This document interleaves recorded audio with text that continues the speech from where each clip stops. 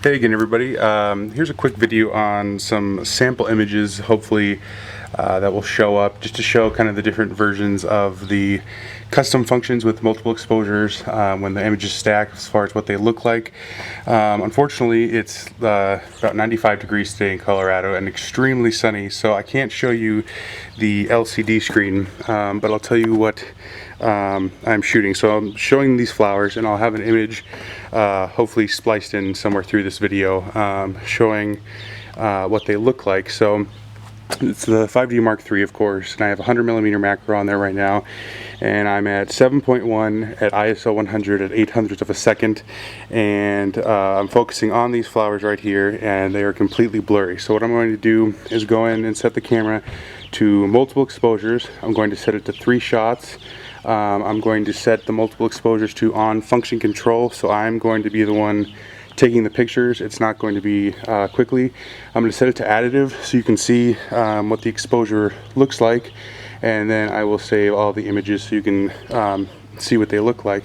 So I'm going to go back into the camera and I'm going to take one picture, and then I am going to focus sharp right on that middle flower, and then I am going to defocus it again and take another picture. And so then of course I can't show you the LCD screen because it's extremely bright, but right now the camera's working and it's building that image. And so when I review the image, it's overexposed and there's kind of this ghosting halo blurry effect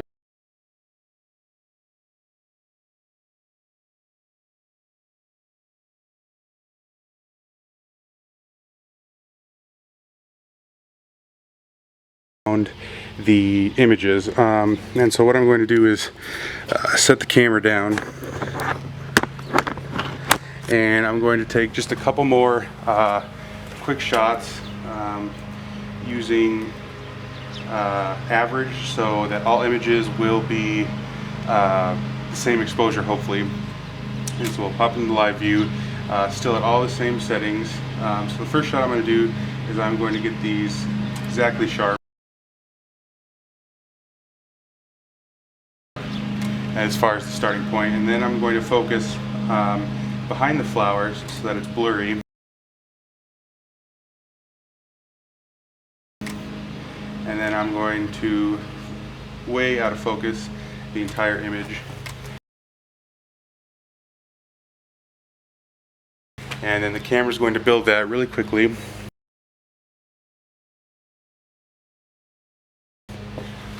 I'm going to say it's busy right now. It's done. Then I'm going to do that again, and I'm going to set it to bright real quick. Custom function, 3 shots, same settings, and I'm going to do the exact same thing. Get it all sharp.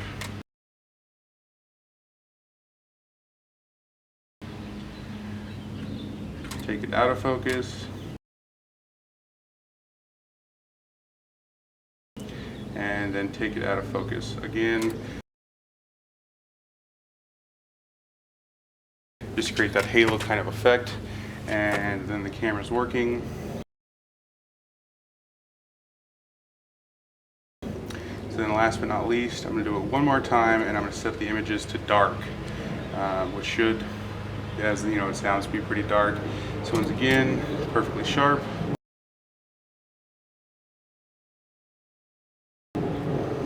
I'm going to take it out of focus, and then out of focus one more time, and the camera will build it. And so then hopefully now, if I can edit this correctly, I'll show you what the images look like as they pop up on the screen.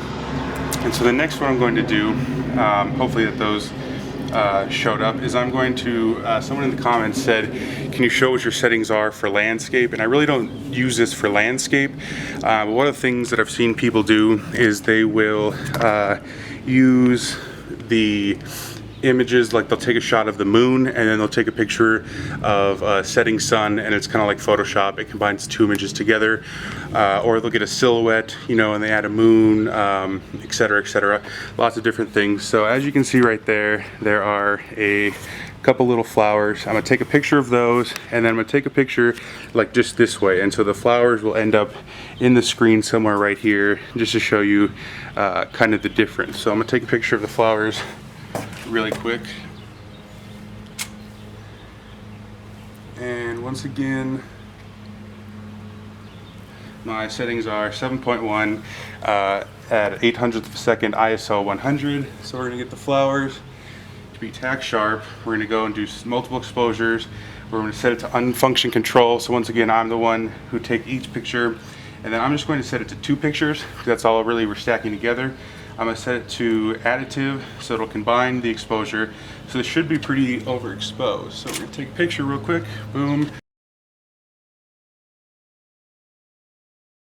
of the flowers. And then of course, I wish I could show you this on the LCD screen, but it takes a picture of the flower, and then I'll line it up with this tree and get that sharp, and take a picture of that. And then it combines the 2 images, and so I'll show you that on the computer through hopefully editing magic right now. Now what I'm going to do after doing that is I'm going to show you the same thing as far as the average exposure versus dark and bright. So I'll do that really quickly. Same settings. Take a picture of the flowers, and then take a picture of the tree.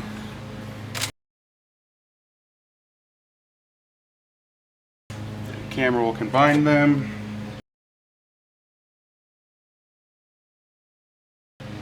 And then I'm going to just do the same thing again, just with the bright setting.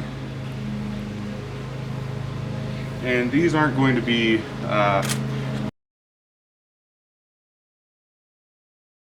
by any means really good pictures, and hopefully that lawnmower sound isn't too loud.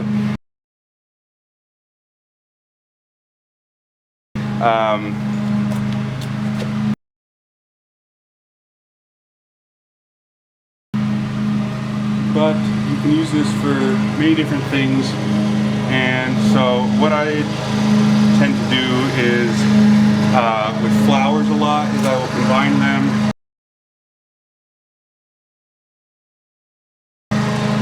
into different shots, I guess you could say.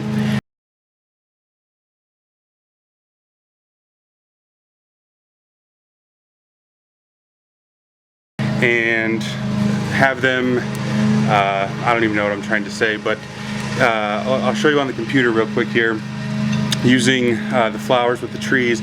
They'll take a picture of maybe a macro flower, and then I'll take a picture of like a bush that maybe has interesting leaves to give it a lot of contrast, and I'll have it kind of ghost overlaid over that, and it gives it that kind of photoshopped effect. But of course you're making it in camera instead of via the computer, and so a lot of people think, you know, you created in Photoshop, but you can say that you made it in camera, which is one of the benefits about using multiple exposures. And so this isn't the greatest tutorial about camera settings, which someone had asked about, but it'll kind of just show you what some of the images will look like that you can capture. And once again, like I said, they're not going to be magnificent images, but it'll show you how they overlay and stack. And the thing with the camera is, if you set it to 5 exposures, say, after you take your first picture, once you take the second picture on the LCD screen, those 2 pictures will show combined. When you take the third, it'll add that to it. So it keeps adding the picture to the LCD screen if you're on function control, which is where you are taking the picture. Now, if you're taking the pictures with like a sports or action person where they're running by, you're just going to be, you know, firing off frames per second and continue shooting, and so then it'll create the image after that. So if anyone has any other questions, or if I didn't explain something in this video, please let me know, and I can maybe tweak this video and add something else. And so I hope that the volume was okay, and I'll edit the pictures back into this video. And sorry that it's so bright and sunny that I can't show you the LCD screen, but I hope you enjoy from hopefully what I'm able to show you, and see you soon. Bye. Hey again, everybody. It's so hot outside today in Colorado that, as I said, you couldn't see the LCD screen, so I thought I'd just make some mini little quick thing actually showing the LCD as it happens so you can see what images I can create, I guess. And so I have a fake sunflower and a little hummingbird thingamajigger that spins when the wind blows or whatever. So I'm on ISO 3200 because I'm inside, f4 at 100 using the 50mm 1.2 just because the macro is just a little too close to focus. So I'll switch it to live view. And so what I'm going to show you first is how the pictures will kind of stack as far as what I was doing with the flowers. So I'll just position the flower right there, and what we'll do is we'll go into our little menu right here and we'll go to the multiple exposure setting. I'm going to do the function control where I am taking the picture. I'm going to do additive, and I will do 3 shots, and we'll save all those images. So I'm going to start out with the flower way out of focus so that the background is just extremely blurry. And so we'll take a picture, and so there's our first picture. And what we'll do is we'll take and we will get a sharp picture. If I can get that in focus, that's pretty close. And as you can see, it's blinking too, so this is letting you know that you're on your second shot. So when you take this shot, they're going to combine right there. And so I don't know if you can tell, probably not on the LCD screen, but it's got kind of like a blurry, vibrant haze to it. And I'll try and, as I said, put this on the computer again. So then, of course, we have 1 shot left. So then we're going to go really out of focus in the front again, take a picture, and then our third picture is this. So as you can see, the picture gets brighter every single time. And you just say it's making the picture real quick. And so the brighter got picture every time because we're on additive. So it's just adding an exposure layer every time. This probably isn't the greatest example because there's not too blurry, but if you can tell, it gave kind of like a halo glow to the picture. And so then second thing I'll show is how it moves and adds it together. So once again, function control, we'll just do average this time, and we want 3 shots. So what I'm going to do is go back into live view. I'll get the flower sharp and we'll take a picture. So there's our first shot. Then I'm going to move the flower over a little bit, and if you can see, I don't know if you can see that on the screen, how it's leaving a ghosting image behind and how my hand's kind of ghosty and see-through. So right here, if you can see that on the screen, I think you should be able to, you can see the ghost of where the other image was. So then I can move this one really closer, and if I get that flower sharp, take a picture, it'll combine those. So as you can see, it combined the flowers again. So then it'll leave that previous ghosty image, and we'll move that one further back. We'll get that one pretty sharp and take a picture, and then it'll combine the whole image. So it's going to say busy, of course, what makes the image, and then that's our final image. So as you can see, it left 3 kind of ghosting images of the flower. Now you can do different settings so that the flowers are a little darker and I guess beefier, so they're not so ghosty.